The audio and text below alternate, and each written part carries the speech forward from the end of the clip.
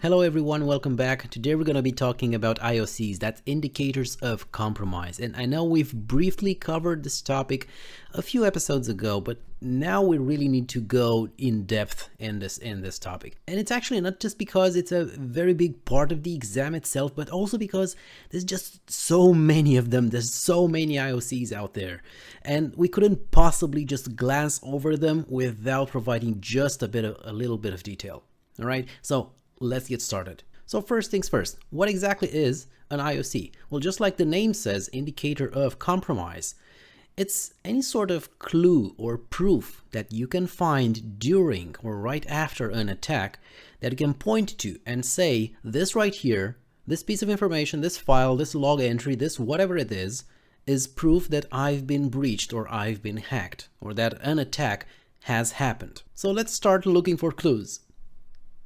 And well, the first type of IoC that we'll be covering is related to one of the most common types of attacks out there, and that is the DOS, that's the denial of service. Now, generally, the term denial of service means or represents an attack that attempts to exhaust the resources of a server so that it won't be able to function properly. Let's take a web server as an example, right? And a denial of service attack might attempt to cause that server's CPU to spike to the max, exhaust all its available memory or the disk space or all the available bandwidth, or try to max out the number of simultaneous connections that it can process, of HTTP requests that it can respond to. So that legitimate requests, when they come in from legitimate users, just like you and me, will receive an error, will not be processed by that server anymore. So it's not about stealing data, it's not about tampering with anything, it's just a sort of bringing the network down or bringing a service down. Now, when it comes to networking, then the purpose of such an attack is to exhaust, to saturate all your network bandwidth, all your server, all your load balancing power using synthetic or fake traffic so that legitimate users cannot access your resources anymore. And if we're talking about resource consumption, I don't need to tell you at this point that you should always monitor your services. Anything that's running in your data center, in your company, should be monitored or at least configured to report when some specific value, CPU utilization, disk usage, anything else goes way above a normal baseline. A spike in traffic or network utilization, that's going to be your number one indicator that a potential denial of service is happening. So you could do this in two ways. Either you just configure your servers or your monitoring software to alert you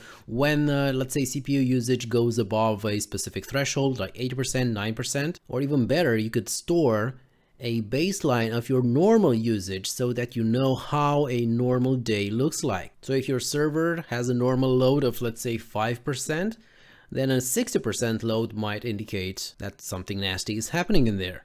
You don't need to wait until 99%. So that's why having a baseline is really useful, because you can point exactly when something just doesn't look right. Now, if a denial of service attack is carried out using a high number of compromised hosts, all of them under the same attacker's control, then those hosts are going to be called a botnet, and the attack itself is going to be called a distributed denial of service attack. And even the largest and the most well-secured networks in the world, even those belonging to ISPs or cloud providers or social media giants, they can still fall victim to really powerful large-scale distributed denial of service attacks. And they kind of look like this, right? So you're going to start with a victim server, and then an attacker takes control of a number of infected machines. That's what we call the botnet.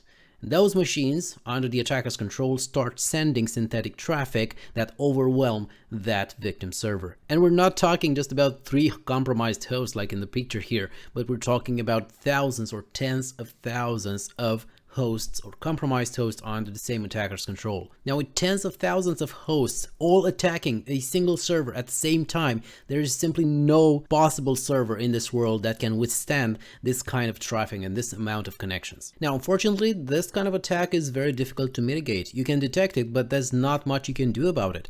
Some solutions rely on working with the ISP, with the internet service provider, and try to filter that traffic from within the ISP network, which is considered to be of much higher capacity than yours.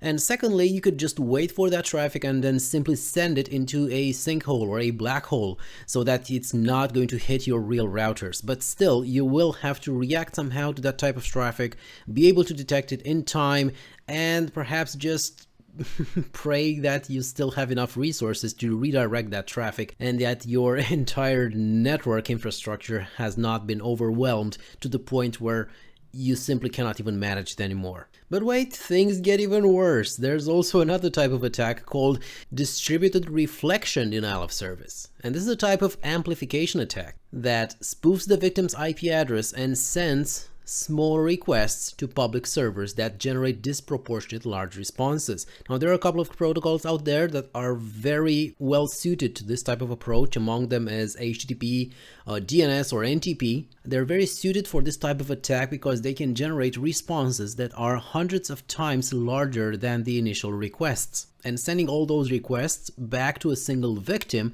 can saturate all the bandwidth available in the victim's network. Let me just show you what I mean with an example of DNS. Now here's a simple Linux terminal, and I'm going to use the host command to list all DNS information about Microsoft.com. Alright, so that's a bunch of information, that's a bunch of data. That's 1,484 bytes in a DNS response. Now at the same time, I've been running Wireshark. And here's the first request that I just sent. Look here, it's 73 bytes in length. That's 73 bytes in length for the request and 1,484 bytes for the reply. Now, what would happen if I were to just spoof this source IP address right here in my packets?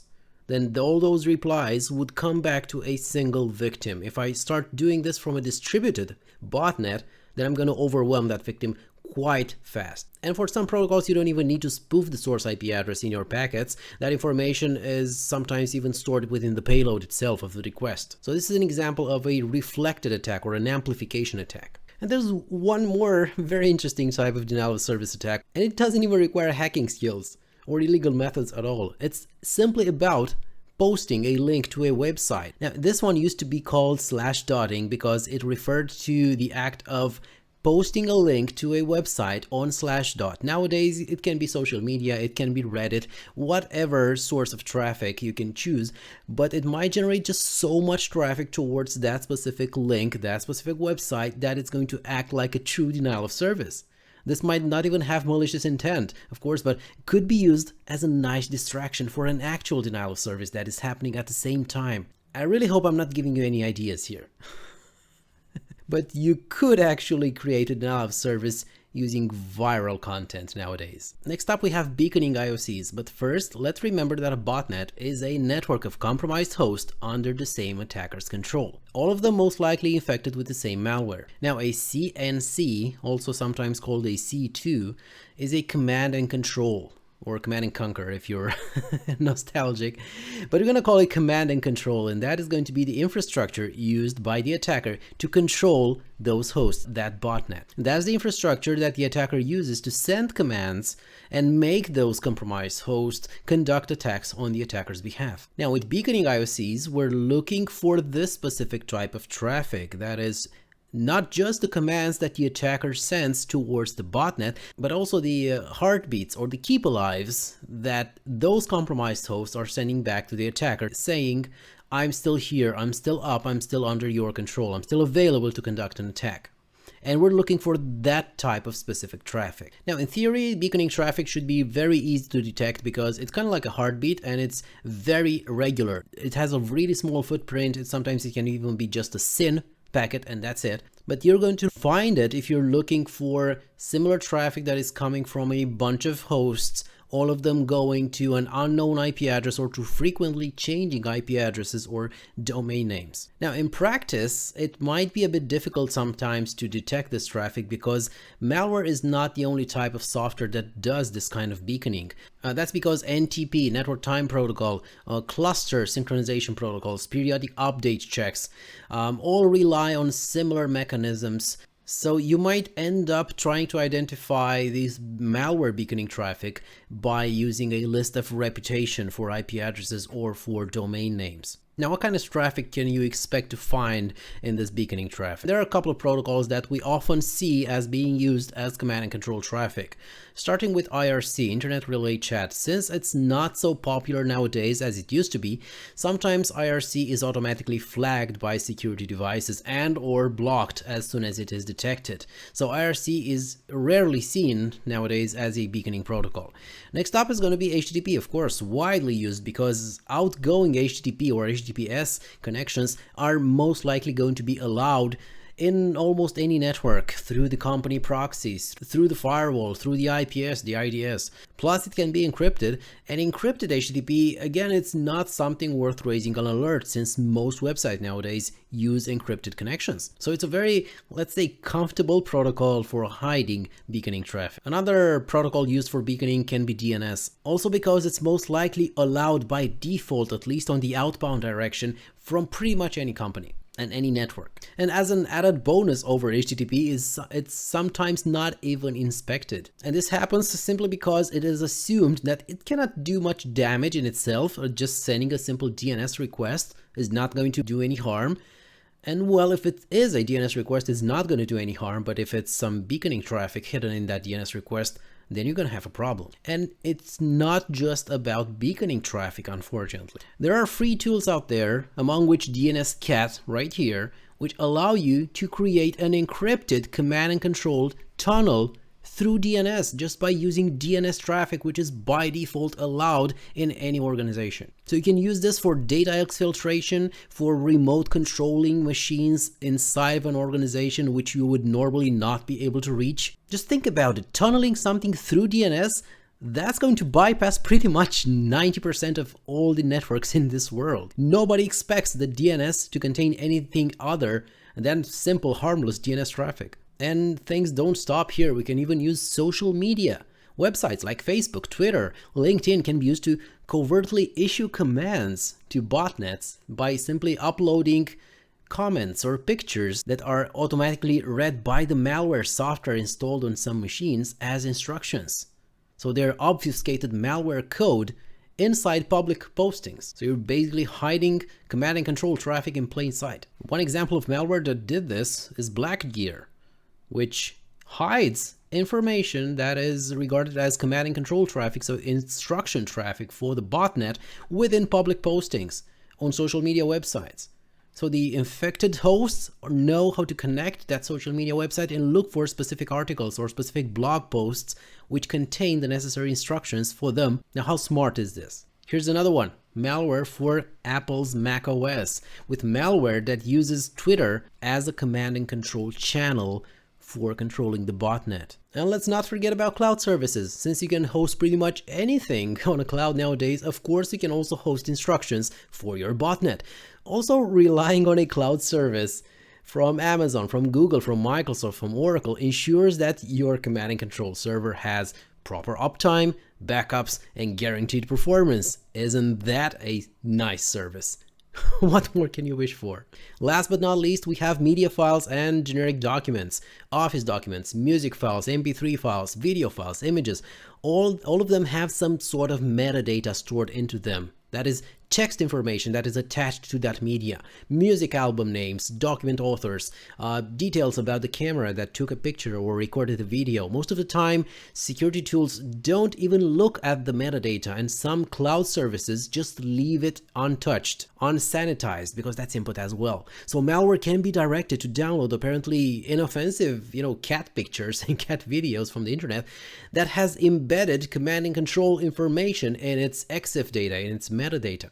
Next up, we have peer-to-peer IoCs. Now, peer-to-peer traffic is normally already a red flag in your network because there are a lot of file sharing programs out there, illegal programs that use this kind of communication. So in most enterprise networks, peer-to-peer traffic is by default not allowed. Fortunately, it's really easy to identify it because normal legitimate traffic usually looks like a connection that gets initiated from the inside of the network, and the server is located somewhere outside of the network, if not even on the internet. Now with peer-to-peer, this type of communication happens within your own network, so the client and the server are both in the same network. And that's a behavior that is often encountered with malware as well, especially with worms that try to propagate within the same network from one workstation to another and infect as many machines as possible. Now what is unfortunate is that in many situations, malware that uses peer-to-peer communication actually hides itself within traffic such as SMB, that's the file sharing protocol, or internet printing protocol, which is used inside of a network to just connect to the local printer and then send your commands and your documents over there. And malware uses these type of protocols because we expect to see these kind of protocols within our network, and we don't consider them to be malicious. Now, a special mention here would be worth making for ARP, that's Address Resolution Protocol. That's the protocol that we use in local networks when we know the IP address of a host, but we need to find out its MAC address in order to build the layer 2 frame to reach that host. Now, the ARP protocol in essence is still a peer-to-peer protocol, even if most people don't see it that way. And it's relevant because ARP traffic is also used in man-in-the-middle attacks, and so we need to inspect that type of traffic as well. So for a man-in-the-middle attack using ARP, we need to perform ARP spoofing, that is, redirecting an IP address to a specific MAC address, usually the one that is owned by the attacker. And we also need to perform ARP flooding, that is forcefully overwriting the ARP tables of all the involved hosts in the network. Now this overwrite process is usually performed as a flood, so that's one very good indicator of a man-in-the-middle happening inside of your network if you see a huge amount of ARP traffic being generated by a single host, because that's not something you can see the ARP protocol doing in its average days. Next up, we have rogue devices. Now, what exactly is a rogue device? Now, a rogue device is some device that you don't know that it is currently in your network, or some device that you wouldn't normally allow to be connected to your network. Or it can even be both. This might range from a simple USB stick inside of some workstation or some server, a Wi-Fi adapter mounted somewhere in any workstation in your network, even a Wi-Fi router that is connected directly to one of your switches. Actually, even a smartphone left behind by some attacker or a new printer that gets connected to your network can also expose you to some risk. So how can you detect this? How can you detect rogue devices? First of all, well, keep your eyes open. Just be on the lookout for new devices or some new cables that weren't there yesterday. You can also perform network mapping from time to time. Just scan the entire network and see which hosts pop up, which hosts respond on those local segments. This works in many cases because many enterprise networks don't do this quite often. So a lot of the attackers rely on the fact that nobody is going to see that new device that has suddenly become a member of your production VLAN. Now on the wireless side, wireless devices are a bit difficult to hide simply because wireless signal simply goes everywhere, and you can use dedicated tools to find rogue access points, or even use the existing access point network that is under your control to find any new interference sources that might be located within the same space, because any kind of device that emits in the same spectrum as the rest of your Wi-Fi network is going to cause at some level some interference, and you can detect that. Some more expensive solutions like those from Cisco even allow you to see where those interference sources are located and pinpoint them on the map of your office floor. Then of course, if we're talking about rogue network devices, then those devices are probably generating some type of traffic. Keeping track of what kind of traffic, what protocols usually are encountered in your network can help you quickly determine if something new suddenly appears someday. So just by looking at the traffic, doing some traffic inspection, some traffic captures from time to time, you can detect new traffic sources. You can use solutions based on network access control, that is some sort of security mechanism that you can configure at the switch port level so that no devices outside of the company's control can connect to those ports. So this is how you keep rogue devices out. Don't even let them connect in the first place.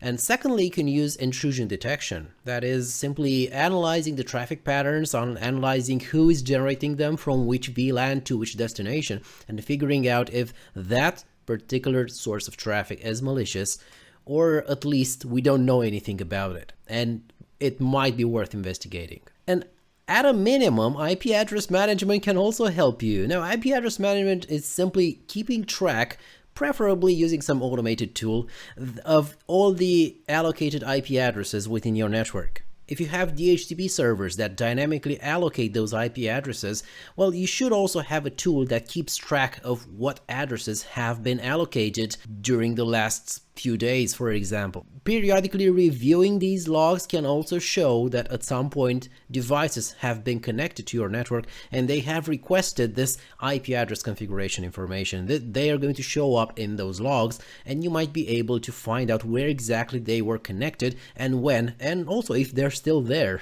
Now, don't really rely on this as a solid method of detecting rogue devices, because a smart rogue device is not going to contact your DHCP server and make itself visible that way. It's simply going to be automatically configured using a static IP address. But it's still worth taking a look in those DHCP logs. Network scanning events and IoCs. Now, network scanning can be conducted in one of two ways. First, as a way to discover which hosts are up inside of a network, also called the network sweep. And secondly, for each host, we can also perform a deeper port scan that reveals which services are running on that host. A port scan can even go deeper than that and try to find out more information, like the actual version of the software that is running on those host devices. Even the operating system type, maybe even the patch level that was installed on the operating system or the application itself. Now, this process is also called fingerprinting because it builds a much more complete description of that host and what exactly is installed and it's running on it, just like a fingerprint. Now, most IPSs and IDSs out there are tuned by default to detect these scanning events because they are almost never signaling good news to you, especially when they originate from outside your network. They're easy to detect because their connections usually cover a large number of IP addresses and port numbers, especially when they are scanned right one after another in a consecutive manner, which does not look like any other type of traffic that you would encounter in a normal network. Now, you probably know this already, or you should know this already.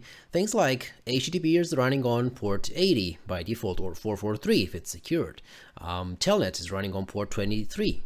SSH is running on port 22. SMTP emails go towards port 25. Actually, the entire range of ports up to 1023 is considered to be the well-known range of ports, which most applications, well, most well-known applications are going to use.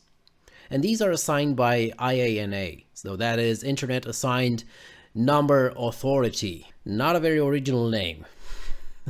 Now, the next range starts from 1024 up to 49,151. This is also assigned by IANA as the registered ports range, and we have a lot of applications using these ports as well. Now, the rest of the range up to 65,000, and by the way, that's simply because we only allocate 2 bytes in the TCP header for the port number, so 2 to the power of 16th, that's 65,536, all right? That's the dynamic and private range, and they cannot be registered or assigned in any way. Everybody is just free to use them however they want. Also, don't think that the rest of the numbers from the first ranges are set in stone in any way. Actually, any application can use absolutely any port number out there. There is no high-level rule or overview that compels an application to use a specific port number. But the clients should also know about that port number in order to reach that application. That's why most web servers are going to use port 80 and 443. That's simply because most web clients, that is our browsers, know to connect to those ports 80 or 443. Now, for a more complete list of ports, I'm going to leave here a link from Nmap, which lists the most commonly used port numbers, both TCP and UDP. I would strongly encourage you to remember at least these first 20 items here, both TCP and UDP, because these are the most used types of ports that are encountered in most applications, in most networks out there, and of course in your lovely exam. Now, with that being said, if traffic for a specific dynamic port appears frequently on the same port in your network, it might be an indicator of malicious traffic. Another indicator might be the detection of normal, let's say, HTTP traffic or DNS traffic, but on non-standard ports, especially in the dynamic range. This is also called a mismatched port or application IOC. Doesn't necessarily mean it's bad traffic, but it's something weird and you should investigate it. Of course, you will need some tools to perform some deep packet inspection, to look inside those packets up to layer 7 to figure out what type of application traffic is traveling on that port, on that connection. So you can actually see the HTTP requests and replies and figure out, well, this is HTTP traffic, but it's happening on port 50,000. Now, companies that don't have the resources or don't want to investigate so much and perform deep packet inspection usually block all non-standard port traffic by default. That's not always a solution. You might break some application's functionality, but it is a first step. Also, speaking of non-standard port usage, don't forget to look after suspicious reverse shell traffic. Now, a reverse shell is an exposed command interpreter, or a shell, right, on a compromised host. But instead of the attacker connecting directly to the compromised host, which is most likely difficult because in most enterprise network, traffic initiated from the outside is blocked by default by any kind of firewall out there. Well, instead of connecting from the outside, we make the compromised host initiate the connection, the shell session, to the outside, to the attacker's machine. This type of shell access is much easier to obtain because outbound traffic from within the company to the outside is most likely going to be permitted by the firewalls. The result is that we have a steady connection between a compromised host and an attacker that the attacker can use to control that host remotely. Some of the tools that you often find on your infected host that can perform this type of reverse shell are, first of all, the Swiss Army knife of networking, also called the Netcat, CryptCat for transferring encrypted traffic or encrypted files from compromised hosts, SoCat, and of course PeertoPeer or PeertoPeer, right? It's written in Python. Is it Puppy or PeertoPeer? I can never figure this out. Next up on the nasty list is the data exfiltration IoCs. And that's because in most cases, the purpose behind an attack of a data breach is to steal some data. The malicious transfer of presumably sensitive data is called data exfiltration. Now you might think, okay, so why don't we just encrypt everything so that if the files get stolen, at least they won't be able to read them, right? Well, first, it might not even be feasible to encrypt every piece of data in your organization. And secondly, if an attacker gains valid privileges, admin rights, they will be able to decrypt that piece of data anyway. Also, keep in mind that data can only be used when it is unencrypted. So at some point, some computer, some application, some service is going to have to decrypt that information in order to use it. That's when your data is going to be vulnerable. So let's try to catch that data before it gets too far. So how does it happen? How do we lose data? For network exfiltration, a very common channel is the actual HTTP protocol or HTTPS, especially with public storage services like Dropbox or OneDrive or Google Drive. Given that many companies use OneDrive as part of their Office 365 subscription, for example, an attacker can either compromise a user account and directly access their shared files from within the cloud, or can compromise the workstation and make it upload sensitive files to the attacker's own OneDrive account. Now, in both cases, outbound traffic carrying sensitive data to OneDrive will most likely be allowed by the organization. To prevent this from happening, there are dedicated tools, security solutions out there called data loss prevention or data leak prevention solutions, and their sole purpose is to inspect whatever traffic is leaving your company, be it through a tunnel, an email, a Facebook post, or a file getting uploaded to OneDrive. But that's a discussion for another chapter. Now, don't forget that a big part of data is hidden behind web applications that allow you to access customer records, patient records, employee information, or intellectual property. Now, any successful attacks against those web applications like SQL injection or cross-site scripting, cross-site request forgery, any successful attack can potentially give an attacker access to information that was previously protected behind that web application's security mechanism. So don't forget to look for web application attacks, just like we discussed in a previous episode, from the perspective of data loss as well. You might not believe this, but DNS can be used as a data exfiltration channel as well.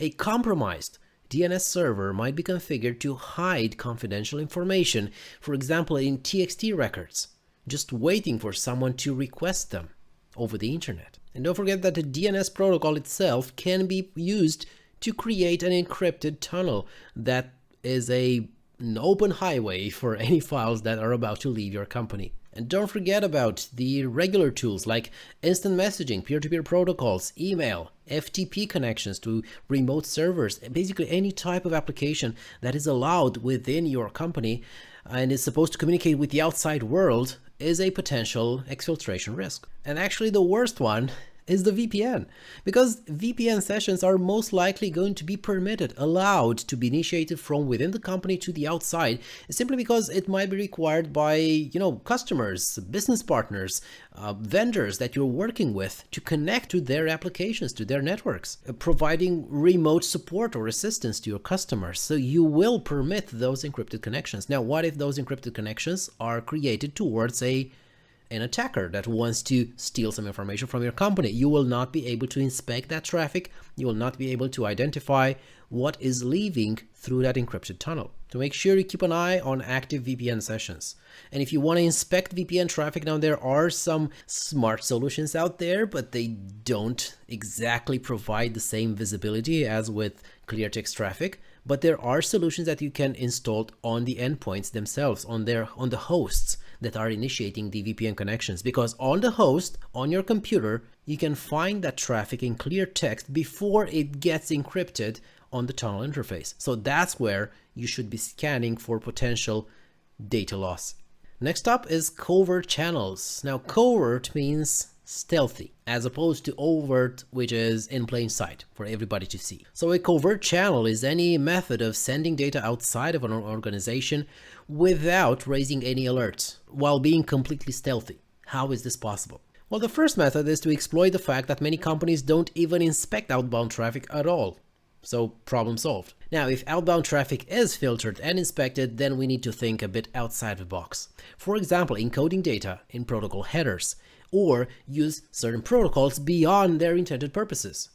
We just mentioned the example where sensitive data can be hidden within the TXT records of DNS servers. Then we have fragmentation, fragmenting sensitive files and data and sending them in separate sessions or even separate channels so that no sensitive content signature is going to be triggered. We might have a DLP solution that looks for specific Excel files that shouldn't leave the company. Well, what if we split that Excel file in 10 different pieces and send them in 10 different channels over the time span of 10 different days?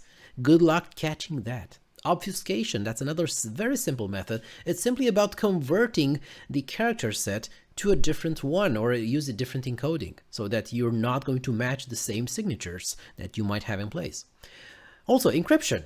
Good old encryption, encrypting the contents of the file that you want to exfiltrate is going to make sure that any other tools that are looking for that traffic are not going to figure out what exactly you're trying to get out of the door, what kind of file is in there. Sometimes even a password-protected zip file is enough to pass through the checks of a DLP solution, of a data loss prevention solution. And then we have steganography. That is basically the definition of security by obscurity. That's hiding useful information, secret information within seemingly uninteresting image files or video files by slightly changing some color bits invisible to the human eye, slightly changing some color information within that image, or by hiding the actual information within the file's metadata. Let me show you an example of how this works. Alright, for this I'm going to use a very simple program called OpenStego, but first let me show you what we have in here. So let's assume that I have a secret file here that I want to protect. So that's my very secret message and a password. Doesn't matter which one it is.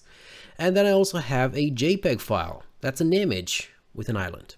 Doesn't matter what kind of image. All right, let's see how we can hide the super secret stuff inside of this image file using OpenStego. First, I'm going to open my secret message file. I'm going to point it to my TXT.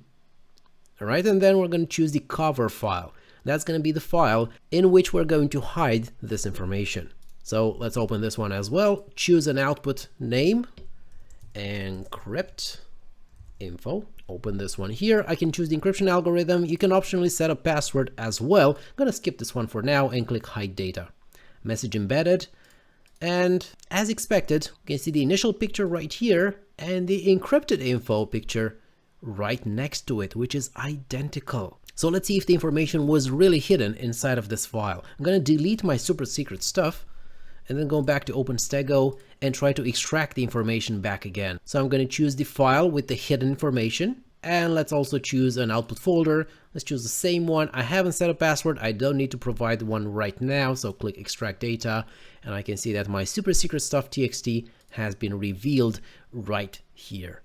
Right, so that's steganography using image files, and that's just one of the many tools out there that allow you to play with this functionality. And since we're here, let me show you another example. This is actually even more interesting because we're using a tool, in our case, that's going to be the Snow tool, to hide information within the white spaces of a normal text file. So whoever gets to look at the text file is only going to see the readable text, not the white spaces. But we can encrypt something, we can hide something within that white space. Let me show you this. So let's assume that I start with a harmless txt file, like this readme right here. Nothing else in it. That's the entire text information. You can see how much I can select from within this file. That's all this readme txt file contains right now. Let's switch over here to Snow, and let's use this file to hide some secret information. Alright, so I can use the Snow utility like this. I can provide the message that I want to encrypt, to protect, like the money bag is buried in the backyard. I don't want anybody to know this. And I can also protect it with a password, which in my case is going to be secret. Alright, I provide the file in which I want to hide this information and the resulting file, which is going to include this secret right here. Let's press enter. Alright, so we have an extra 5 lines that were added to this file. Let's see what actually happened here. So this is my first readme file right here, and this is my readme secret file on the right hand side. Huh, they kind of look the same, right? But somehow in this second file I have my hidden information. Where is it? Well, this is the amount of information in the first file, and this is the amount of information in the second file. Notice the additional white space in here? Well, this white space is what actually encodes that secret information. This is steganography within white space. And let me show you that it actually works so that we can actually retrieve that information back from the readme secret file. So for this, let's go back to the command line and let's use the same tool, this time just with the secret password right here and the only file that we have this information stored in. Right, so let's decode this. And there you go, the money bag is buried in the backyard. Somehow this information was extracted from this file right here, from this white space. Now, isn't this awesome? And there are 2 more types of covert channels, that is storage and timing channels. Now, a storage channel kind of works like this. One process writes to a location, another one reads from it. There's no direct communication between them. Just like, leaving a bag of ransom money under a park bench, like in, police TV series. On a timing channel, on the other hand, we're using the response time to communicate some specific piece of information. Ever thought about using ping to communicate using Morse code, some secret information? Well, now you have, and good luck to anyone trying to detect this.